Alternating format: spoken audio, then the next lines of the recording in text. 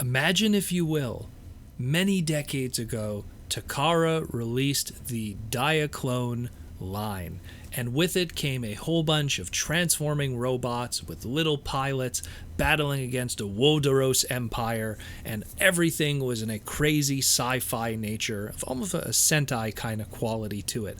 And this went on for 1979, 1980, 1981, and 1982. And it was very successful. And then in 1983, the Tokyo Toy Show happened, and Takara set up their display. But something happened. Hasbro did not show up.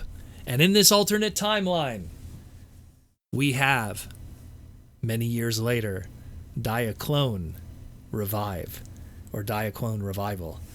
So what's going on here that I'm talking about? In 2016, Takara-Tomy started their Diaclone Revive line, which is essentially a high-end, adult-oriented, masterpiece scale reimagination of past Diaclone designs. Not so much Microman, that's a different animal completely, but the Diaclone designs. And it seems that according to the packaging that comes with a lot of these figures and the stories, it's an actual continuation of the original catalog stories told within the 1980s, late 70s and 1980s Diaclone story. So this is very interesting stuff. And up to this point, you know, there's been a lot of different releases. I've picked up a few of these just because of the connections. Like we got a Dia Battlers version 2. We got the Dart Loader, the Gyro Scepter. We got the Big Power GV, the Battle Buffalo MK4 Striker. All kinds of updated versions of those classic Diaclone designs. But none of those up to this point that was really grounded in its Transformers origin lore. Now, I'll just go quickly for people who don't know. The original 1984-1985 Transformers toy line and everything that we know today was taken from pre-existing molds from a Takara toy line called Diaclone, Microman, and some little other sources here and there. So this is very fascinating stuff. Now, what we're talking about today is probably the most important and most significant for us as Transformer fans, and it is that of the first ever Diaclone Revival release that is aimed at a Car Robot's design, aka a design that was used in Transformers. None other than the man himself, Optimus Prime. So within this 1 by 60 scale line, we finally have Diaclone DA-65 Battle Convoy VMAX. Now, Optimus Prime in the old Diaclone toy line was a character or a robot, non-sentient controlled robot called Battle Convoy, and he had these two little drivers with their little magnetic feet, and that was that. He had his trailer, it said Diaclone on the side instead of the iconic, blue stripe, and the rest was history.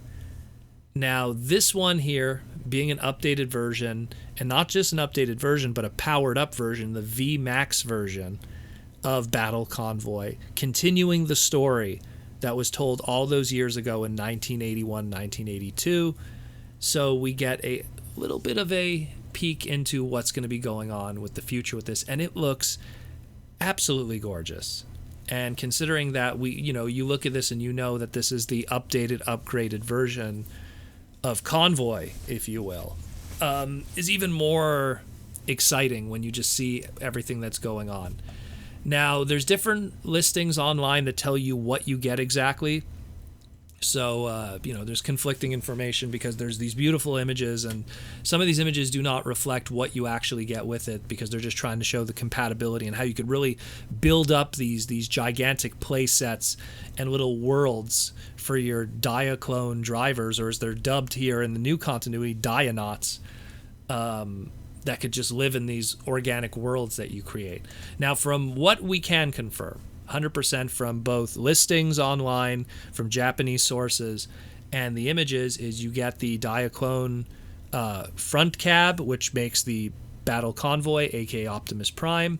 You get the back trailer, which is known as the battle trailer or battle container.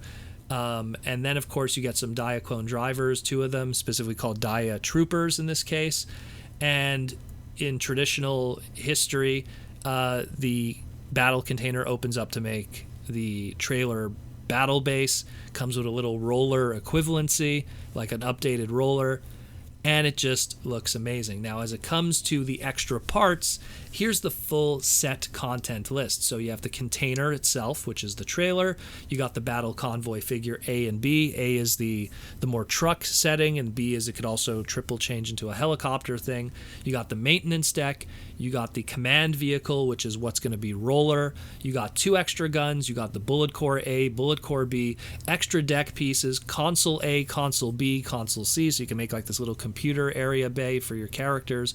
4 different crane pillars, 2 different rails, 2 different rail joints, a chamber hanger, a bullet core hangers times 6, that's a lot of them, a combat battle base bike, which is interesting for your little drivers to ride around in, 2 extra weapons, 4 chairs for them to sit in, probably at those consoles, 2 extra claws, connector parts for them, 2 battle troopers, like we said, Diaclone troopers or Dia-Knots, 2 sticker sheets, steel sheets, the pamphlet with the entire story for the upgrade of this character and his ongoing story, and the instruction transformation sheet.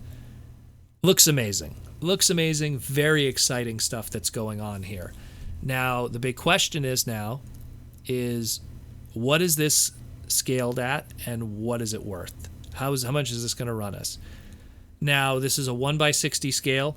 They do a 1/60 scale because each of those Diaclone drivers or the Dia-Knot drivers are supposed to be our size. So much like how the original Car Robot Diaclone was supposed to be, there was a scale among us.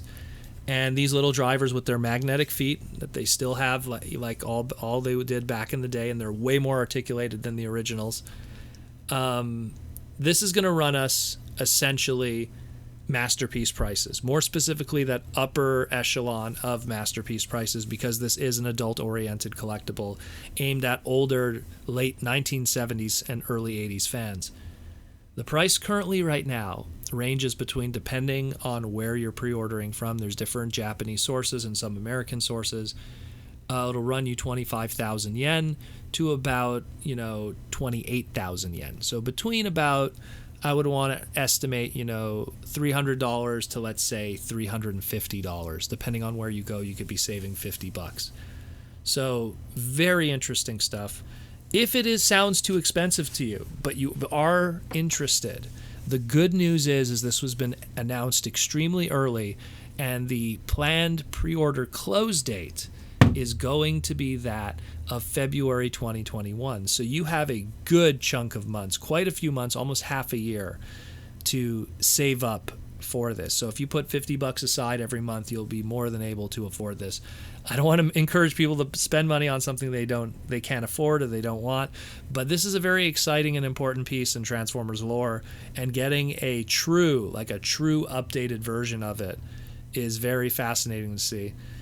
Just from that perspective and that continuity where, Optimus Prime isn't a sentient Cybertronian robot, but of a Gundam-esque kind of piloted mecha suit by the Diaclone troop against the Wodoros army. And this is so exciting. I love how organic the playsets are. Again, you should see the images and how gorgeous they are and how crazy lively these environments will look when everything is put together. Check it out. Let me know what you think. I'm excited. I'm super excited, but let me know what you think. Are you interested in this? What other characters would you like to see get this upgrade realistically? That was stuff that came out back in the early Car Robot days of Diaclone. So this is cool stuff. Me personally, the next one I would probably like to see is for them to now revisit the most famous first one of them all, which was Sunstreaker, who was technically the first one ever sculpted. So that would be really cool to see if they tackle some of those pre-existing Generation 1 iconic characters and how radically different they make them look from the final product. You could see right here, look how different it is from Optimus Prime. How different would it be if now they tackle the Countach or the the Porsche or any of those should be very fascinating to see. Let me know what you think. This is cool stuff.